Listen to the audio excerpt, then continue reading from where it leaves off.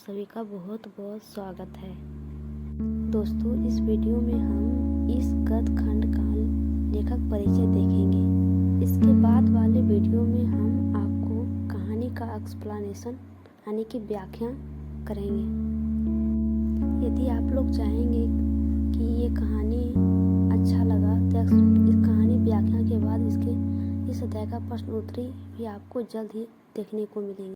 चलिए हम लोग इस वीडियो में लेखक परिचय को देखते हैं। दोस्तों, इस वीडियो को शुरू करने से पहले मैं आपको एक बात कहना चाहती हूँ कि इस वीडियो में जो भी मैं कुछ बताऊँगा लेखक के बारे में, ध्यान से सुनिएगा और उसे ध्यान में रखिएगा। चलिए हम लोग शुरू करते हैं। दोस्तों, प्रेमचंद्र जी का जन्म 31 जुलाई 1880 ईस्वी को हुआ था। निधन 8 अक्टूबर 1936 को हुआ था। उनके जन्म स्थान यानी कि जहाँ उन्होंने जन्म लिए थे उन ग्राम था लम्ही, वाराणसी, जो अभी उत्तर प्रदेश में पड़ता है। उनके मूल नाम यानी बचपन में उनके नाम घनपत राय थे। आरंभिक लेखक नवाय राव के नाम से जाने जाते थे। माता पिता उनके थे आनंदी देवी और पिता थे मुंशी अजायब राय। मुंशी प्रेमचंद्र की शिक्षा 1910 में इंटर किए थे। 1919 में उन्होंने बीए किए थे। वृत्ति यानी कि पेशा यानी कि वे क्या करते थे, प्राइवेट ट्यूशन भी पढ़ाते थे, अध्यापकी भी करते थे। जिला बोर्ड की सब इंस्पेक्टर पर भी उन्होंने काम किए थे। जलियांवाला बाग हत्याकांड जब हुआ था 1919 में और असहयोग आंदोलन छिड़ने पर उन्होंने सरकारी नौकरी छोड़ी थी। इस प्रकार उन्होंने राष्ट्रीय आंदोलन में भी बहुत योगदान दिए थे। उनके प्रमुख कृतियाँ थे सेवा सदन, प्रेमास्वरम, रंगभूमि, कायाकल्प, निर्मला, गवन, कर्मभूमि, गोदान उनके मौलिक उपन्यास थे। लगभग 300 कहानियाँ, मानसरोवर जिनके 8 खंड हैं ये लिखे थे उन्होंने। अनेक निबंध, लेख, टिप्पणियाँ आदि विविध प्रसंग लिखे थे उन्होंने, जिनके 3 खंड में संकलित भी है। अनेक अनुवाद उन्होंने लिखे थे। चलिए हम उनके बारे में कुछ जानते हैं जो उन्होंने अपने जीवन में किए थे। चलिए हम लोग उनके जीवन में उन्होंने जो भी प्रसिद्धि हासिल किए थे उनके बारे में जानते हैं। मुंशी प्रेमचंद्र जी हिंदी के महान कथाकार प्रेमचंद्र अब विश्व साहित्य की विभूति बन चुके हैं। भारतीय स्वाधीनता के बाद समय के गुजरने के साथ साथ उनकी प्रसिद्धि देश काल की सीमाओं का अतिक्रमण करते हुए वैश्विक रूप ग्रहण कर चुकी है। प्रेमचंद्र बहुत गहरे और विशिष्ट रूप में भारतीय नवजागरण एवं राष्ट्रीय आंदोलन की उपज और अभिव्यक्ति थे। राजनीतिक स्वाधीनता की परिणतियां शेष हैं और नवजागरण की समग्र चेतना का प्रसार अभी बाकी है।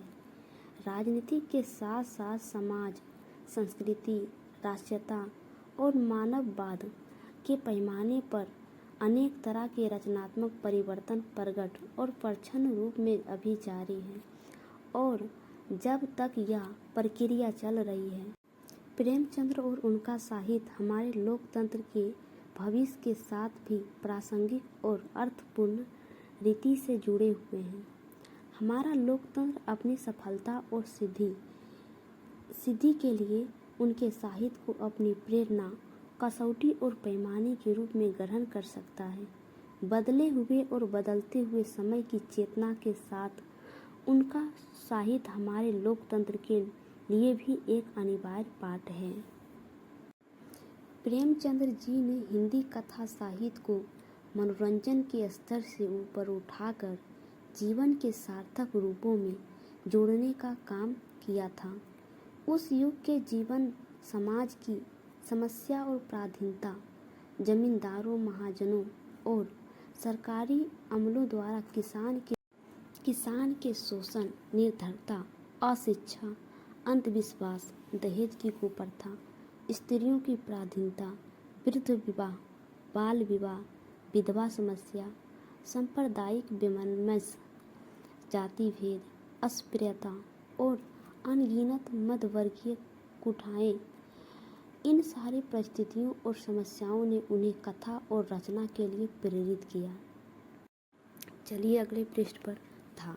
उन्होंने अधीरता और बेचैनी से इन समस्याओं और जीवन के विविध पहलुओं को अपने साहित्य में चित्रित किया था। ये समस्याएं विविध रूप में आज भी हमारे समाज में हैं, यानी साथ हमारे साथ हैं। इसीलिए प्रेमचंद्र आज भी उतने ही प्रासंगिक हैं जितने कि वे अपने समय में थे, यानी कि उस समय जब उन्होंने जो झेले थे, देखे थे उन्होंने अपने जीवन में कुरीतियाँ, जो आज भी बहुत सारी कुरीतियाँ हमारे समाज में देखने को मिलती है, जैसे कि महिला पीड़ितन होता है कहीं पे। प्रेमचंद्र जी का साहित्य हमारे जातीय और सामाजिक जीवन का दर्पण है।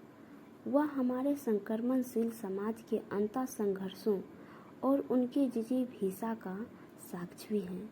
प्रेमचंद जी मुख्य रूप से किसानों के लेखक हैं, यानी कि उन्होंने किसानी के बारे में बहुत सारे लेखन किए हैं। यहाँ प्रस्तुत कहानी पूस की रात, जो उनकी श्रेष्ठ कहानियों में शामिल की जाती है।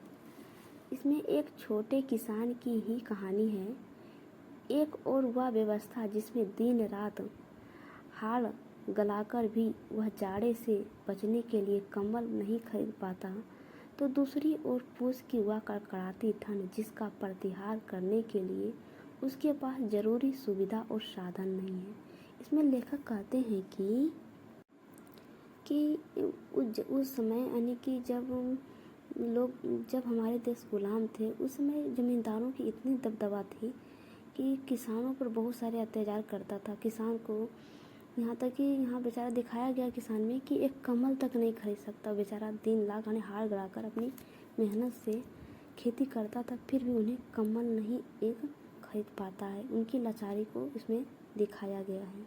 चलिए आगे बढ़ते हैं। इस तरह प्राकृतिक और मानवकृत व्यवस्था के बीच निहत्था हल्कू पूस की ठुकरती रात में खेत की रखवाली करने के लिए खेत की मड़ैया में जबड़ा के साथ अपनी रात गुजारता है, और ठंड से बचने के लिए उसके पास मुख्य जानवर उनका कुत्ता जबरा है, जिसे अपनी देह से लगाकर वह ठंड का प्रतिहार करता है। पर वह प्रतिहार अपनी परिणतियों में क्या सचमुच प्रतिहार सिद्ध हो पाता है? नीलगाय उनकी फसल चर जाती है। प्रेमचंद्र ने विशाल फलक पर इस कहानी की रचना की है। चलिए हम आपको इसे शॉर्ट में समझाते हैं। जब हमारे देश गुलाम था, तब उस समय ज़मींदारों की बहुत चलती थी, यानी कि उन लोगों की बहुत बनती थी। यानी किसानों के बहुत ऐसे किसान भी थे जिनके पास खेत नहीं थे और पैसे भी नहीं थे, तो उन्होंने क्या करते थे कि खेत भी लेते थे ज़मींदार से और साहूकारों से पैसे लिया करते थे। जब साहूकार पैसे को, जैसे आज के दिन में देख ले चक्रवृद्धि ब्याज होता है, तो ठीक उसी प्रकार उसमें ब्याज पर लिया जाता होगा, कोई ब्याज पर। तो आता था साहूकार, तो पैसे को जो है इतना अथी करता घुमाता था वो कि किसान अपने निजी जीवन में कोई कुछ नहीं कर सकता। इतना अपने कमाई का पूरा पैसा साहूकार ही ले जाया करता था। चलिए आप जब इस कहानी को समझेंगे तो आप पूरी तरह से समझ आएंगे। चलिए नीचे थोड़ा सा शब्द लिखे हुए हैं, लिखा है डॉक्टर रामविलास शर्मा जी प्रेमचंद्र के बारे और उनके युग के बारे में थोड़ा सा आपको पढ़ेंगे तो आप समझ जाएंगे प्रेमचंद्र जी की उस समय क्या अहमियत थी। चलिए आपको पढ़कर सुनाते हैं। डॉक्टर रामविलास शर्मा जी कहते हैं प्रेमचंद्र जी के बारे में कि उनकी काफ़ी कहानियाँ ऐसी हैं जिसमें ग्रामीण कथाओं का रस और उनकी शैली अपनाई गई है। आमतौर से उनकी कहानियों में जो एक ठेठपन है, पाठक के हृदय में अपनी बात को सीधे उतार देने की जो ताकत है, उन्होंने हिंदुस्तान के अच्छे ग्रामीण कथा भंडार से सीखी है। प्रेमचंद्र जी की कहानियाँ केवल मनोरंजन के उद्देश्य से नहीं लिखी गई है, उन सभी में कोई ना कोई सुझाव है, जीवन के प्रति नया दृष्टिकोण, किसी समस्या का हल जरूर मिलता है। या उनकी खूबी है कि सारी बात वह हमेशा चित्र खींचकर कहते हैं कि कहानी में उपदेशकों का रूखापन नहीं आने पाता। उनके चित्र बड़े ही सजीव होते हैं, मानो घटना आँखों के सामने हो रही हो। उनकी शैली के चित्रमयता, भाषा पर असाधारण अधिकार, चरित्र चित्रण का कौशल और हर जगह व्यंग्य और हास्य ढूंढ लेने की क्षमता उन्हें एक प्रभावशाली कलाकार बनाती है। उनकी सहृदयता और मानव प्रेम उन्हें जनता का प्रिय कलाकार बनाती है। ऐसा इन्होंने प्रेमचंद्र के बारे में किसने कहा है? प्रेमचंद्र जी खुद नहीं कहे हैं, बल्कि डॉक्टर रामविलास शर्मा जी ने लिखे हैं। चलिए इस वीडियो में इतना ही। चलिए अगले वीडियो में मिलते हैं। यदि आपको यह वीडियो अच्छा लगा हो, लाइक, दोस्तों के पास शेयर एंड सब्सक्राइब ज़रूर कीजिएगा, और पसंद आया तो कमेंट ज़रूर कीजिएगा अगले वीडियो के लिए। Thank you so much.